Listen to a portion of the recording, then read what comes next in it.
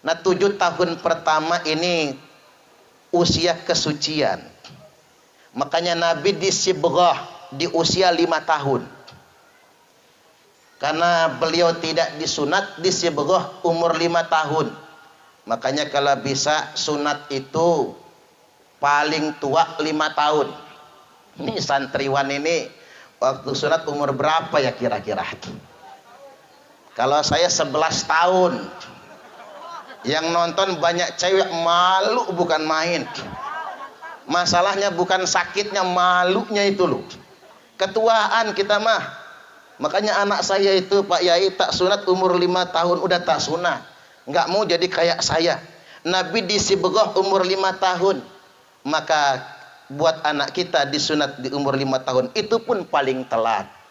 Bahkan orang Arab kan di hari ke-7 setelah kelahirannya terbiasa disunat. Nah artinya memang ini usia fitrah, di mana faktor orang tua sangat dominan di usia 7 tahun awal itu, 0 sampai 7 tahun. Makanya muncul pepatah orang Arab, ma fil aba fil abna, apa yang ada pada bapaknya ada pada anaknya, yang ada pada bapak nurun ke anak, yang ada pada emak nurun ke anak. Sangat dominan peran orang tua. Orang Jawa nyaut, apa kata orang Jawa? Nek bapak kalong anak kampret. Coba diulang. Nek bapak kalong anak kampret. Nek bapak nyolong anak nyopet. Ulang sekali lagi ya. Nek bapak kalong anak kampret. Nek bapak nyolong anak nyopet. Yang namanya buah jatuh nggak jauh dari pohonnya, kecuali pohonnya di atas tebing, buahnya jatuh gelinding, masuk siring. Cuman itu yang buah jatuh jauh dari pohonnya. Ini penting pendidikan 0 sampai 7 tahun, faktor orang tua sangat dominan. Makanya pelajaran bagi kita, Nabi kecilnya tidak pernah melihat aurat wanita. Bahkan sampai wafatnya. Subhanallah. Tapi nggak usah panjang-panjang mengkajinya itu. Nanti ngayal lagi.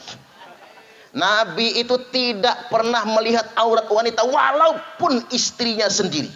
Subhanallah. Karena sang ayah sudah wafat meninggal dunia, kemana-mana ikut kakeknya.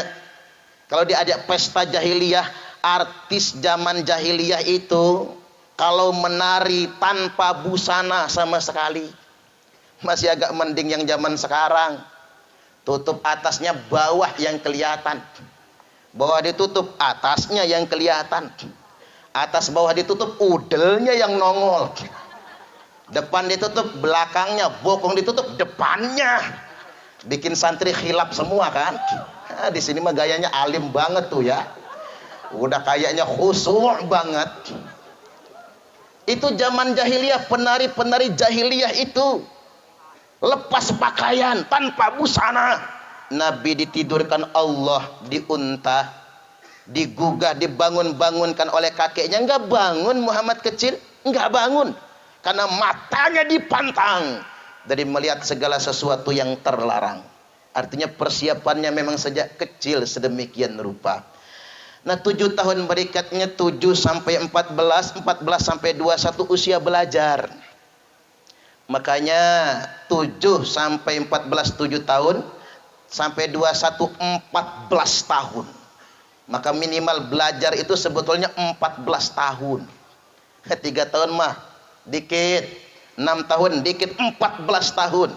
Dan di usia belajar ini Anda tidak boleh diganggu. Fokus belajarnya tidak boleh terganggu. Makanya bersyukurlah orang tua berkorban, nyari nafkah demi memasukkan anaknya ke pondok pesantren Madarijul Ulum, belajar tanpa terganggu. Coba bayangkan anak-anak sekalian, kalau Anda semua di rumah kerjaannya apa? Main gadget, HP. Belum lagi di rumah kerjaannya main game. Belum lagi pacaran. Iya kan, kalau di rumah pasti pacaran. Kecil-kecil ganjen ya. Udah tahu cinta-cintaan. Ini yang ngerusak. Belum lagi narkoba. Bandar Lampung ini semua daerah sudah zona merah narkoba. Kalau dulu kita ngomong narkoba di sono, jauh nunjuknya. Tapi kalau sekarang narkoba mengintai di rumah kita masing-masing. Ini yang sangat mengkhawatirkan. Bahkan anak kelas 5 SD sudah pakai narkoba. Saya ngeruki anak kelas 5 SD. Saya tanya emaknya, anaknya kena apa bu? Kesambet genderuwo. Lo kok sampean tahu dari mana ini genderuwo? Udah tak rukyah kata dia. Ke 10 ustadz 15 kiai tapi nggak mempan-mempan. Buh. Ini jinnya jin hebat ini ya. Di rukyah nggak mempan-mempan. Jangan-jangan ini jinnya jin modern. Jin modern itu dibacakan Fatihah nggak mempan. Dibacakan ayat kursi, jinnya malah hafal. Begitu kita bacakan ayat yang lain lebih panjang, master masuk Yasin, apa kata jinnya? Saya nggak takut sama Yasin. Saya takutnya sama tukang permak lepis. Karena ada tulisannya permak jin segala jenis. Iya juga ya. Makanya para kiai, para ustadz nggak laku sekarang. Karena jin lebih takut sama tukang permak lepis. Begitu saya rukyah anak kelas 5 SD ini, emang nggak ada jinnya, emang nggak ada genderuwonya, memang nggak ada kuntilanaknya. Kok anak saya ongok-ongok Pak Ustadz? Ya nggak tahu kata saya. Yang jelas saya nggak ngomong ada jinnya. Bawa rumah sakit jiwa, bawa rumah sakit jiwa. Apa kata rumah sakit? Psikiater, hancur sarafnya karena kebanyakan ngelem aibon. Allahu Akbar. Rusak kan? Ini Bandar Lampung ini. Makanya kadang-kadang orang tua belaga dari kampung nyekolahin anak ke Bandar Lampung, taunya anaknya pakai narkoba. Bapaknya dagang di pasar Cimeng, ibunya dagang di pasar Kangkung, rumahnya 3 tingkat, anaknya hancur karena narkoba. Bapaknya ngomong, dokter butuh biaya berapa? Tolong anak saya direhabilitasi kembali normal lagi. Kata dokter nggak bisa. Berapapun duit bapak nggak bisa, karena ini lem aibon, rusak sarafnya. Paling banter suntik penenang sebulan sekali biar nggak ngamuk-ngamuk. Ini bakal stres selamanya, hidup segan mati tak mau. Dimatiin dosa, nggak dimatiin ngerusak, gangguin orang. Ini kalau nggak mondok. Kalau nggak mondok tuh macem-macem saja. Cobalah, anak-anak zaman sekarang sudah kena penyakit gadget, penyakit main game, rusak mentalnya, rusak pergaulannya. Maka pilihan yang paling tepat masuk pondok pesantren. Kadang-kadang gede dikit, kalau nggak mondok udah mulai ngedipin anak tetangga. Ini bahaya. Tahun 2016 saja ada laporan sebanyak 63,7% remaja Indonesia sudah tidak perawan lagi. Maaf, jangan dipanjangin bahasnya, nggak enak. Yang itunya jangan dipanjangin. Tahun 2016, ya Anda kan masih anak-anak, itu mah belum remaja. Sampai segitunya karena apa? SMP pacaran, SMA pacaran, mahasiswa pacaran. Tuh, ada mahasiswa ini di sini soalnya.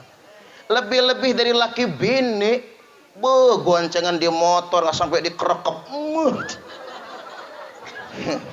Santri pulang dari Madarijul Ulum jadi kepengen, dipengen-pengenin kan, sampai begitunya. Allahu Akbar. Saya na'udzubillah kadang-kadang pulang dari pantai, dari pasawaran Padang Cermin, rombongan bujang gadis naik motor. Yang saya khawatir tangannya masuk kantong semua itu. Saya khawatir kantongnya dibolongin. Allahu Akbar. Mangga Pak Yai. Subhanallah.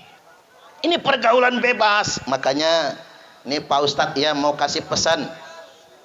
Silakan. Mau kasih pesan buat yang sebelah sini dulu, yang cantik-cantik ya. Kalau yang di sini agak asem lah sebelah kanan. Enggak tahu apa mandi apa enggak tadi sore ya. Buat yang cantik-cantik ini saja. Ingat, jangan pernah percaya rayuan laki-laki. Setuju nggak kira-kira?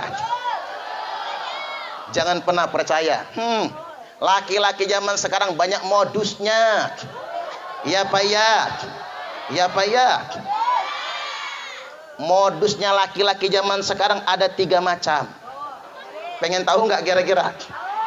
Pengen tahu aja apa tahu banget? 1. Modus mukhafafah. 2. Modus mutawassithah. 3. Modus mughalladhah. Itu modus apa najis ya? Oh najis. Enggak, karena ceramah kan kita bukan ngaji fikih, ngaji ceramah ini. Modus mukhafafah, modus paling minimum, paling ringan itu. Apa modusnya? Malam-malam chatting. Bukan malam, pagi sore ajalah chatting. Sayang, emang siapa elu? Sayang, apa? Kalau zaman dulu apa? Bebs. Emang bebek. Sayang, udah makan belum? Udah. Sok care, sok perhatian. Ya, gayanya. Padahal nih, si bujang-bujang nih ya, gayanya sok perhatian sama cewek. Disuruh emaknya beli terasi, ngebentak. Enggak mau, enggak itu.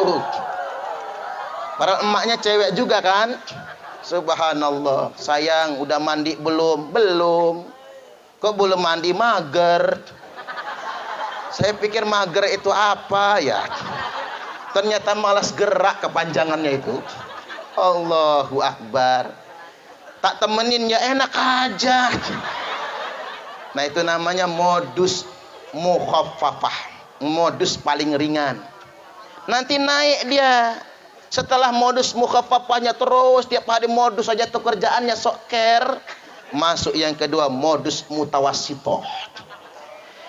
Jam 2 malam ngechat, entah inbox atau WhatsApp, sayang tahajud yuk. Keren. Gayanya ngajak tahajud. Mana yang pengalaman? Mana yang pengalaman? Yang hadrah ini ya. Gaya ngajak tahajud. Si cewek saking terharunya, jam 2 malam kan ngelilir kan, kring kok bunyi, ngajak tahajud, langsung brebes air matanya. Subhanallah. Baperan dia. Apa kata si cewek? Nggak nyangka gua. Nggak nyangka gua. Allahu Akbar. Modus.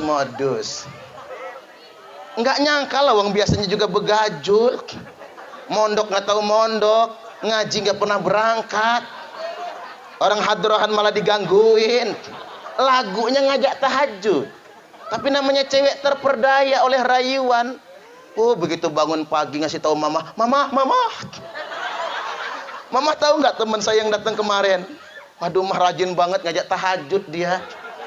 Padahal sebetulnya bukan tahajud.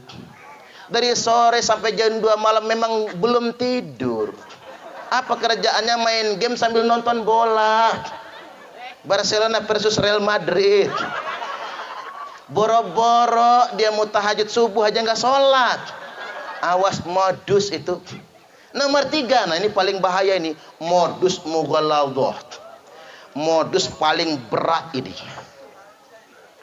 Mau lulus SMA, mau kuliah kan, sayang, kita akan segera berpisah. Gayanya. Tapi berpisah kita sementara sayang. Saya kuliah, kamu kuliah. Saya rencana berangkat ke Jogja, nah kamu nanti ke Papua. Kamu paling pasti paling cantik di sana. Sebelum kita berpisah sayang, yuk kita bikin tanda cinta. Pret. Enak aja lo ya. Kita bikin tanda cinta, buktikan cintamu padaku. Jangan pernah percaya modus. Nanti habis manis sepah dibuang. Ingat kata Pak Zainuddin, Laki-laki zaman sekarang punya slogan, aku lihat,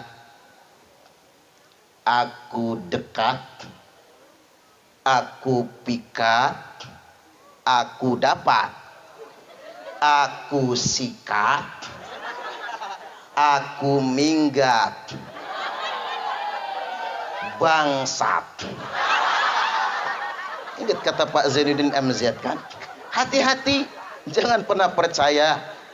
Pokoknya fokus belajar 7 tahun sampai 21 tahun. Ingat 14 tahun, fokus belajar. Sama juga buat yang santriwan, fokus belajar. Kejar cita-cita. Apalagi kalau kita sadar punya tampang pas-pasan.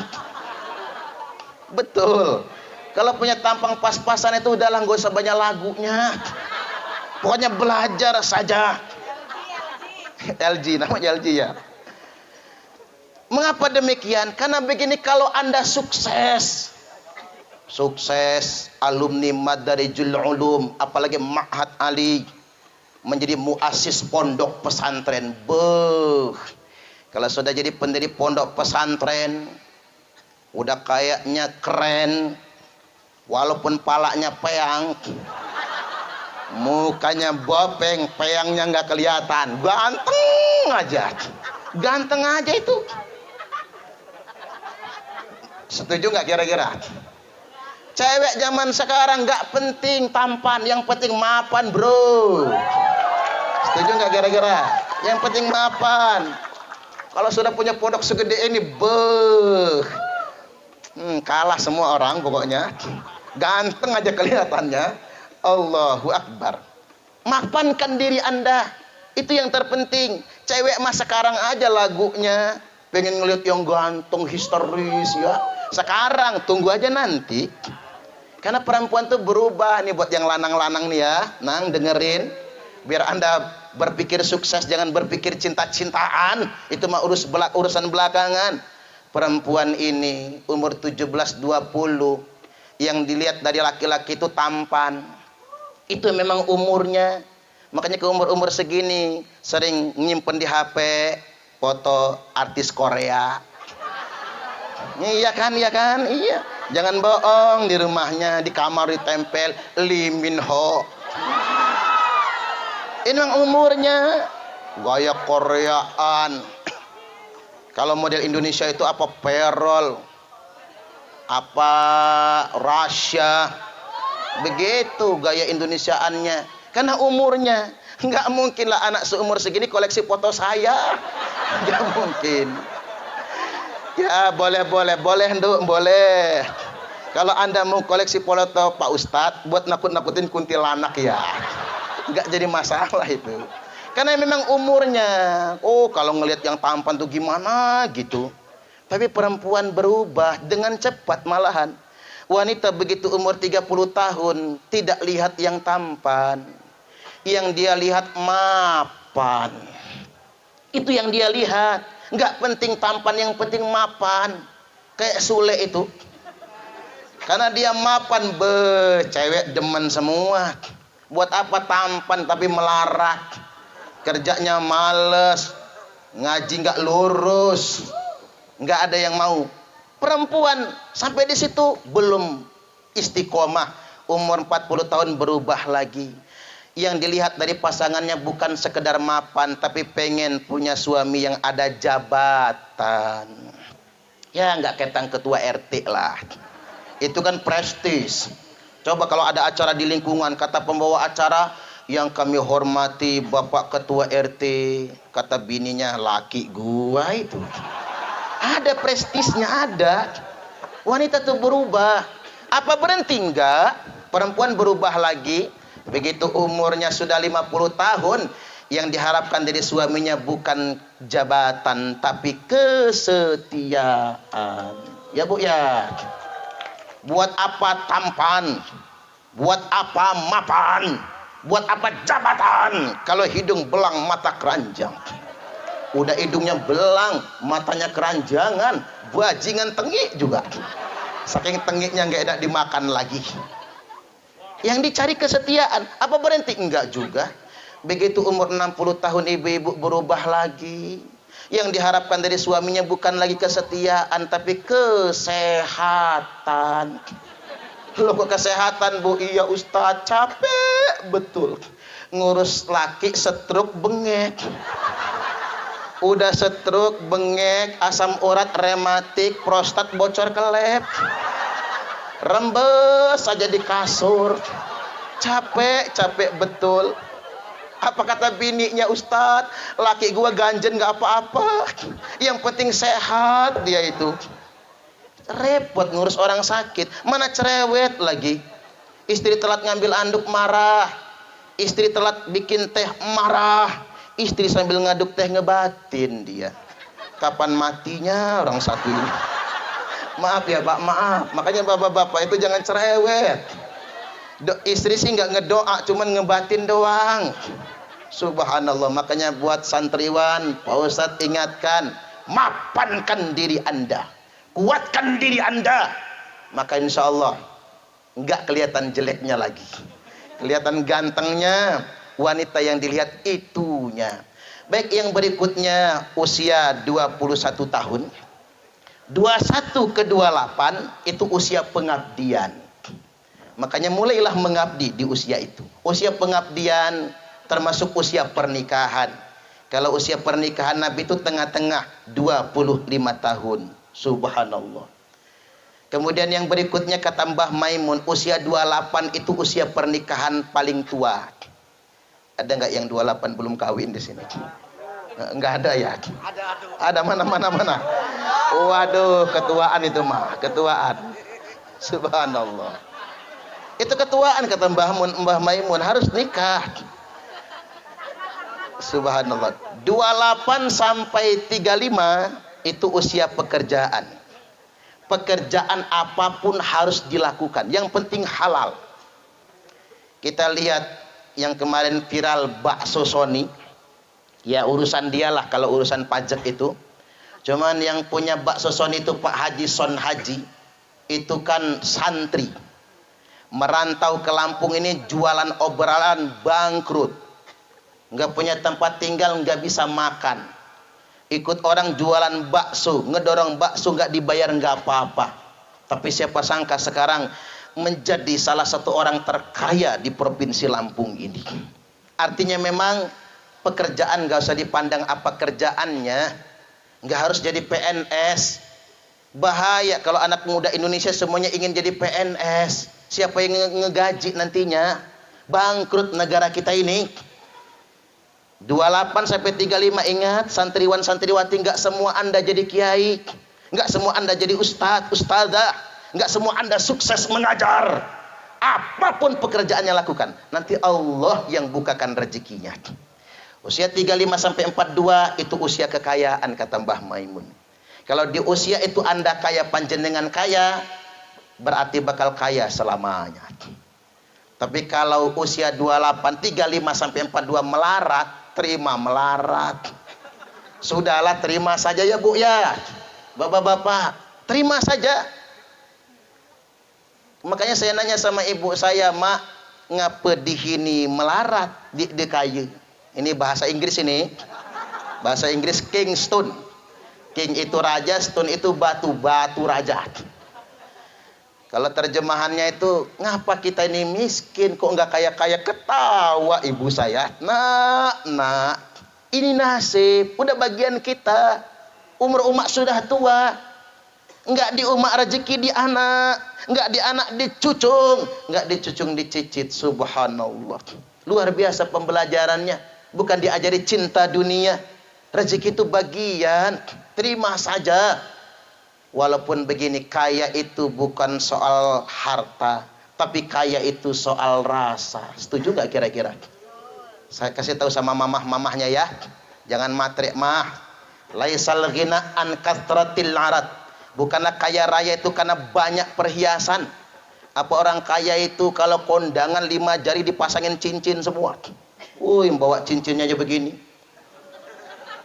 Begitu masuk taruh digoyang-goyang, twing twing twing. Apa itu orang kaya? Bukan.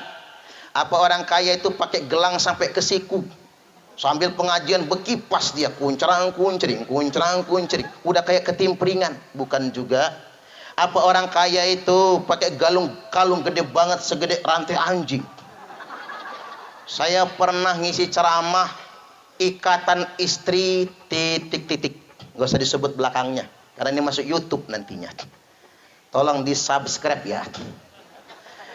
Jangan Ustadz Abdul Somad terus, itu mah ada level nasional, kita yang lokal-lokalan dulu. Jadi di Novotel, Pak. Pengajian ibu-ibu mah biasanya di masjid, di rumah. Ini Novotel. Saking sugihnya mereka. Begitu saya masuk ruangan, apa kata ibu-ibu itu? Selamat datang Bapak Ustadz. Kalungnya kayak cilok, bulat. Ada yang kayak somai. Masya Allah. Ada yang liontin pentolannya itu segede pentolan bakso setan. Itu kalau dibawa kondangan itu nunduk badannya. Ngapa Bu, sakit pinggang? Bukan, keberatan kalung gua mah. Apa itu orang kaya? Bukan juga. Walakinnal ghina nafsi, tapi kaya yang sebenarnya kaya jiwa kalian semua. Makanya Bapak Ibu yang menginfakkan hartanya untuk anaknya mondok di pesantren, pahalanya itu paling gede. Bitis'i mi'ati alfin, 900.000 kali lipat. Kalau sedekah buat orang tua saja Pak 100.000 pahalanya. Buat orang tua nih 100.000.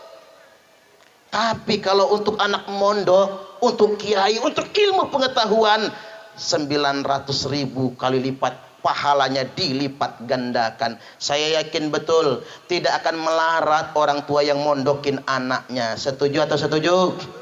Mudah-mudahan rezekinya dilipat gandakan. Allahumma amin, amin ya rabbal alamin. Saya balik lagi. Sekarang anak-anak, santriwan santriwati, Anda sedang di usia pengabdian, di usia pembelajaran. Jangan terganggu oleh apapun, fokus belajar, tingkatkan kualitas diri, jangan ada beban pikiran yang lainnya. Mudah-mudahan ilmunya berkah dan manfaat. Allahumma amin. Lepas dari pondok pesantren, berapapun umur Anda nantinya adalah usia pengabdian. Bahkan mungkin ada yang sudah masuk ke lapangan pekerjaan. Ini tantangan yang paling nyata nantinya. Pesan Pak Ustadz, kita meneladani Rasulullah Shallallahu Alaihi Wasallam. Yang nomor satu itu sifat siddiq, benar, jujur. Beliau gelarnya Al-Amin, manusia yang sangat terpercaya. Indonesia ini sedang dihadapkan dengan masalah krisis integritas. Indonesia ini mayoritas muslim dengan populasi muslim terbanyak sedunia internasional, tapi korupsinya ranking 4. Ini Indonesia. Kita sedang dihadapkan dengan masalah moral. Makanya Bapak Presiden Jokowi mencanangkan revolusi mental. Nomor satu revolusi mental itu adalah integritas, yakni kejujuran. Dan integritas kita dapatkan di pondok pesantren. Mudah-mudahan nanti Anda betul-betul mengabdi kepada masyarakat, bangsa dan negara, menjadi generasi yang berintegritas. Allahumma amin. Begini ajalah simpelnya saya ngomong. Karena begini, zaman sekarang ini banyak orang pintar tidak benar. Sarjana banyak, master banyak, doktor banyak, tapi yang pintar-pintar itulah yang korupsi. Saya belum pernah nonton berita ada petani ditangkap KPK lagi belepotan tanah sawah. Ini Pak KPK, ngapa petani ditangkap? Ini petani korupsi lumpur sekarung. Enggak ada. Kalau dibanding-bandingin mafsadatnya, orang goblok enggak benar, sama orang pinter enggak benar. Kalau orang goblok enggak benar, paling maling kotak amal. Itu orang goblok enggak benar. Berangkat ke masjid bawa sendal jepit, pulangnya bawa sendal kulit. Goblok enggak benar. Segitu mafsadatnya, masih kecil, bisa ditangani. Tapi kalau orang pintar enggak benar, hancur negara kita ini gara-gara orang pintar tidak benar. Makanya alumni Madarijul Ulum harus menjadi generasi yang pintar sekaligus benar. Allahumma amin. Ini ada anekdot ini. Dulu di Madarijul Ulum juga saya ceritain pas hari santri. Udah lama betul. Ada anekdot yang bukan anekdot kali ya, tapi kisah nyata. Yang cerita ini Gus Saifullah Yusuf, mantan menteri, lalu jadi wakil gubernur, turun pangkat, sekarang jadi wali kota. Jadi orang NU tuh hebat, bisa turun pangkat, nggak gengsi. Mantan ketua umum GP Ansor. Kata Gus Ipul, di situ Bondo ada kejadian. Guru SMA praktek, disiapkan 1 gelas isinya air tawar, pakai contoh biar nggak ngantuk. 1 gelas isinya alkohol, disiapin segenggam cacing yang masih hidup. Murid-murid protes, maaf Bu Guru, kata murid-murid, praktek jangan dilanjutkan. Lu ngapa, kata Bu Guru, kalian jijik sama cacingnya? Bukan jijik sama cacing Bu Guru, kami murid-murid ini sudah ngerti semua, ngapain lagi dipraktekin, uang kami sudah ngerti. Kaget Bu Guru, hebat murid zaman sekarang, belum diajarkan sudah ngerti duluan. Oke, kata Bu Guru, ibu pengen lihat kayak mana kalian mempraktekannya. Maka sama Bu Guru, sama murid-murid dipraktekkan. Segumpulan cacing diparuh, separuh masukin gelas yang isinya air tawar, separuh masukin gelas yang isinya alkohol. Didiamkan setengah jam. Udah lewat setengah jam, murid-murid mulai ngomong, Bu Guru coba lihat tuh, cacing yang masuk air tawar hidup, cacing yang masuk alkohol mati. Maka Bu Guru hasil praktek membuktikan, kalau kita ingin bebas dari cacingan, banyak-banyaklah minum alkohol. Itu anak kita loh. Subhanallah, iya juga ya.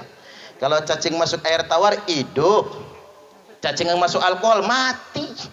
Pantasan anak muda zaman sekarang demen mabok. Ngapa Kang mabok? Biar nggak cacingan, kata dia. Ternyata sudah rajin mabok, cacingnya nggak mati-mati. Akhirnya mirasnya dioplos. Begitu diminum, bukan cuma cacing yang mati, orangnya mampus juga akhirnya. Lalu ada lagi nih, nasihat guru bangsa, Kiai Haji Abdurrahman Wahid, Presiden Republik Indonesia yang keempat, alias Gus Dur. Beliau berkata, bangsa di dunia ini ada 4 golongan. Ada bangsa yang sedikit bicara, sedikit bekerja.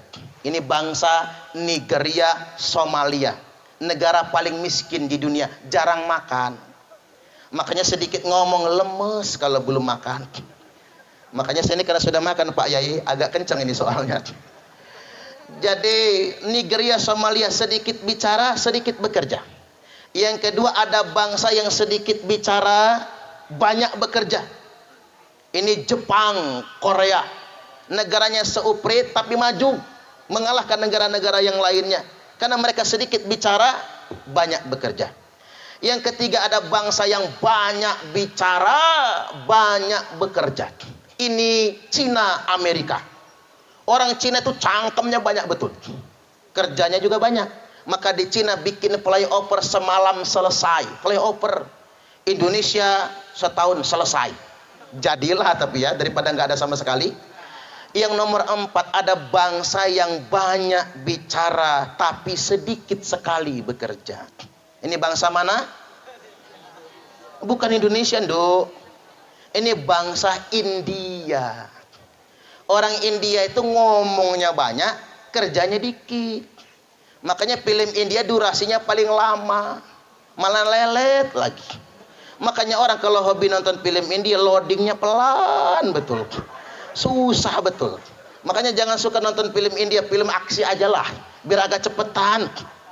Orang India itu kan semua dinyanyiin, seneng nyanyi, sedih nyanyi, nikah nyanyi, cerai nyanyi, makan nyanyi, ngising nyanyi, tumpah iwae lumahi wae, tapi gak usah dilanjutin ya. Masyarul hadirin rahimakumullah. Gus Dur ditanya, Gus, lah Indonesia masuk yang nomor berapa? 1, 2, 3 atau 4? Kata Gus Dur, Indonesia masuk yang nomor 5. Apa Gus? Apa yang dibicarakan dengan yang dikerjakan beda. Allahu Akbar. Iya juga ya Pak ya. Ini kita ini mayoritas muslim, tapi ini masalah kita. Mau lanjut nggak ini? Dikit lagi lah ya, pasin jam 12 malam. Baik hadirin rahimakumullah, yang berikutnya tantangan ketika masuk ke masyarakat, Anda membawa ilmu. Buat anak-anak sekalian, di masyarakat itu, masyarakat nggak tahu mana ulama, mana orang alim, mana orang bodoh. Masyarakat itu nggak tahu. Makanya Anda jangan tidur, tunjukkan kemampuan, berikan sumbangsih. Dikarenakan Nabi sallallahu alaihi wasallam telah menyampaikan, innakum asbahtum fi zamanin, sesungguhnya kalian semua, zaman Nabi maksudnya dan sahabat, ada di suatu zaman, kathirin fuqaha'uhu wa qalilin khutaba'uhu. Zaman dulu, zaman Nabi, tabi'in dan tabi'ut tabi'in adalah zaman keemasan.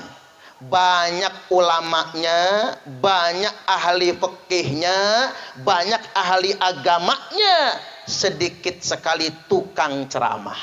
Zaman dulu jarang Pak tukang ceramah.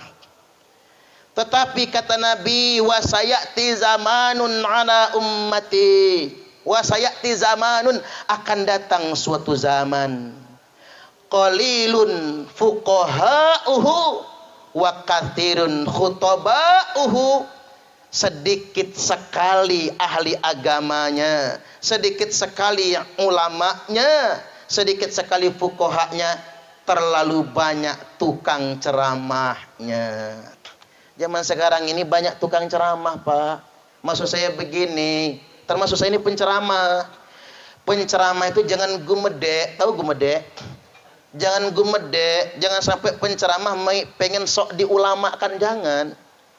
Karena penceramah sehebat apapun dia, dai kondang, sekali diundang 30 juta umpama nih, sehebat apapun dia tidak bisa mengalahkan kiai kampung di pondok pesantren, tidak bisa. Mengapa nggak bisa? Kiai kampung Pak di pondok, muridnya mungkin cuma 30 orang, tapi kiai kampung, ulama di pondok mampu membuat santrinya pintar semua, bahkan lebih pintar dari kiainya. Cuman kalau penceramah, tidak ada satupun penceramah walaupun umatnya jutaan yang bisa membuat jamaahnya pintar kayak penceramah. Nggak maulah dia, kesaingan soalnya. Nggak bisa Pak. Maka sehebat-hebatnya penceramah tidak bisa mengalahkan kiai di pondok. Makanya penceramah itu mesti mawas diri. Ya ada penceramah yang sekaligus ulama, ada. Kayak contoh misalnya Gus Baha, atau sekarang itu yang lagi ngetren siapa? Dr. Ar-Razi Hashim. Itu muda, ganteng. Udah punya istri belum dia itu ya? Kalau belum boleh lah santri ngelamar ya. Jadi beliau itu muda, ganteng, pintar, ceramahnya bagus. Ini ulama sekaligus penceramah. Tapi rata-rata kebanyakan penceramah bukan ulama. Karena syarat jadi penceramah itu yang penting enak ngomongnya. Syarat jadi penceramah itu ya sekurang-kurangnya 3 lah. 1, pinter ngelawak, jadi penceramah. 2, agak ganteng lah kalau bisa. 3, bajunya bagus, kalau bisa agak matching gitu. Kayak ini nih, sarung hijau, bajunya putih campur hijau, sorbannya hijau, pecinya hijau, matching. Penceramah begitu, penampilan. Karena mengapa? Ilmunya belum tentu. Nah, buat anak-anak sekalian, santriwan-santriwati, tunjukkan ilmu Anda. Jangan sampai sekarang ini banyak penceramah meracuni umat Pak. Gayanya sok jadi ingin diulamakan. Orang baca aja masih salah. Ini jadi masalah sebetulnya bagi kita semua. Walaupun penceramah itu tetap ada manfaatnya, kan jelas, unzur maqal wala tanzur manqal. Lihat apa yang dia katakan, jangan siapa yang mengatakannya. Pepatah kita apa? Selama walaupun keluar dari buntut ayam, selama itu telur ambil. Tapi walaupun keluar dari buntut sahrinong, kalau kuning-kuning jangan. Itu bukan emas. Nanti khilaf, jangan macam-macam. Makanya ambil baiknya. Saya kayak itu ada penceramah itu Akri Patrio. Kan Akri itu dulu 3 tuh. Eko jadi politisi, Parto terkenal jadi pelawak, Akri jadi penceramah. Ada baiknya juga. Apa kata Akri? Anak itu jangan dipinterin semua. Ada yang digoblokin 1 aja. Kata Akri gitu. Anak jangan dipinterin semua, ada yang digoblokin. Karena anak pinter semua, yang pinter-pinter nggak ngurus orang tua. Yang pinter-pinter jadi dokter, merantau jauh. Ada yang ke Amerika, ada yang ke Australia, ada yang ke Jakarta, nggak ngurus orang tua. Maka atu aja digoblokin masuk pesantren, kata dia. Pinter mimpin Yasin, mimpin tahlil. Nah itulah yang bakal ngurus orang tua. Ya artinya bukan goblok sebetulnya. Itu yang ilmu yang sungguh luar biasa. Makanya buat anak-anak sekalian, santriwan santriwati, tampil di tengah masyarakat nanti dengan percaya diri. Yang penting sekarang belajar istiqomah. Nah sekarang yang terakhir, tantangan santri di abad modern ini, yakni muncul aliran-aliran yang mendakwahkan agama dengan cara yang keras, dengan cara yang radikal, seakan-akan itu adalah agama. Santri itu harus berani tampil di depan. Saya ambil contoh misalnya begini. Orang mengklaim kewajiban menegakkan khilafah. Santri harus bisa jawab itu dengan pedenya. Katakan kepada mereka, tidak ada satupun dalilnya dalam Al-Quran maupun hadis perintah menegakkan khilafah. Baru kita ajak ngaji, kita ajak diskusi. Mengapa kok ada orang Islam mengkampanyekan khilafah seperti itu sebuah kewajiban? Nah santri yang harus menjawabnya. Kemarin tuh yang rame-rame bendera hitam, Bapak Ibu. Se-Indonesia ditipu coba dengan bendera hitam. Padahal jelas sekali, idza ra'aitumur rayatis sud. Apabila kalian semua melihat bendera hitam dikibarkan, falzamul arda fala wala tuharriku aydiyakum wala arjulakum. Tetaplah di bumi kalian masing-masing, mantap di rumah kalian masing-masing, jangan gerakkan tangan kalian, jangan gerakkan kaki kalian, jangan ikut-ikutan mereka, karena mereka itu kelompok bendera hitam palsu. Jadi adanya bendera hitam, bendera tauhid lagi nyebutnya itu ya. Bendera tauhid namanya katanya bendera hitam. Sebelum Imam Mahdi memimpin pasukan, itu kelompok bendera hitam palsu. Nah ini anak-anak pondok yang mesti bersuara biar masyarakat paham, jangan dimanipulasi sedemikian rupa. Ini tantangan bagi kita. Satu hadis lagi ya. Nabi bersabda, sayakhruju qaumun yaqra'unal Qur'an. Akan keluar sekelompok orang yang mereka itu membaca Al-Qur'an. Laisa qira'atukum ila qira'atihim bisai'. Bacaan Al-Quranmu gak ada apa-apanya dibandingkan dengan bacaan mereka. Wala sholatukum ila sholatihim bisai'. Sholatmu tidak ada apa-apanya dibandingkan dengan sholat mereka. Wala siyamukum ila siyamihim bisai'. Puasamu tidak ada apa-apanya dengan puasa mereka. Tetapi kata Nabi, annahum kilabun nar. Mereka itu anjing-anjing neraka. Ini kelompok khawarij Bapak Ibu. Bukan Qur'annya yang salah, bukan sholatnya yang salah, bukan puasanya yang salah, tapi tersimpan di keyakinannya. Dialah yang paling beriman, yang lain kafir semua. Terus maaf betul Bapak Ibu. Di hadis-hadisnya itu nyebutin ciri-ciri ya. Menyebutkan gambaran. Apa gambarannya? Du shima'in baina ainai. Hitam di antara kedua matanya. Maaf ya, tapi kalau ada yang jidatnya hitam jangan diomongin teroris ini kayaknya. Jangan ya, jangan. Mohon maaf Bapak Ibu, anak-anak sekalian, karena orang yang jidatnya hitam itu ada 5 macam. 1 karena rajin sujud, kapalan. 2 waktu sujud diurek-urek. Seminggu udah kapalan tuh. Yang ketiga kepentok tiang listrik, jedut hitam juga. Yang keempat diketok bininya pakai wajan karena ketahuan pacaran lagi. Yang kelima disedot pakai alat bekam. Jadi nggak semua jidatnya hitam begitu. Hitam di antara kedua matanya. Kemudian yang berikutnya katul lihyah, janggutnya lebat acak-acakan. Janggutnya, makanya Pak, janggut itu sunnah, tapi ingat sekepalan aja. Digunting rapi ini, janggutnya jreng, palanya botak. Kata cewek, enggak kebalik ini ya. Rambutnya di mana? Janggut Nabi itu sekepalan. Ini saya bukan menghina janggut, benar kalau kata Kiai Said Akil Sirot itu. Makin dawa janggut, yo goblok. Itu beliau ada dalilnya, ada kitabnya itu. Memang betul janggutnya Khawarij yang dikatakan Nabi anjing-anjing neraka itu panjang janggutnya. Makanya janggut sekepalan aja segini. Dirapikan janggut, jangan macam-macam. Selanjutnya apa? Muqallitut tiap, pakaian yang gantung setengah betis alias cingkrang. Mohon maaf saya kecewa Pak, di beberapa kantor pemerintahan karena saya ngisi ceramah, banyak PNS udah cingkrang sekarang ini. Dan mereka mengklaim itu celana sunnah. Pakai celana cingkrang, pakai baju kaos oblong. Kebayang oleh kita. Emang Nabi kayak gitu tah? Kayak orang mau nyangkul di sawah. Emang Nabi kayak gitu? Nabi itu yang cingkrang gamisnya, yang cingkrang izarnya, di dalamnya ada sirwalnya. Sedangkan mereka nggak pakai gamis, nggak pakai sarung, langsung pakai sirwal. Kata Nabi, sirwal cingkrang adalah celana Yahudi. Mereka klaim itu celana sunnah, padahal itu adalah pakaian Yahudi.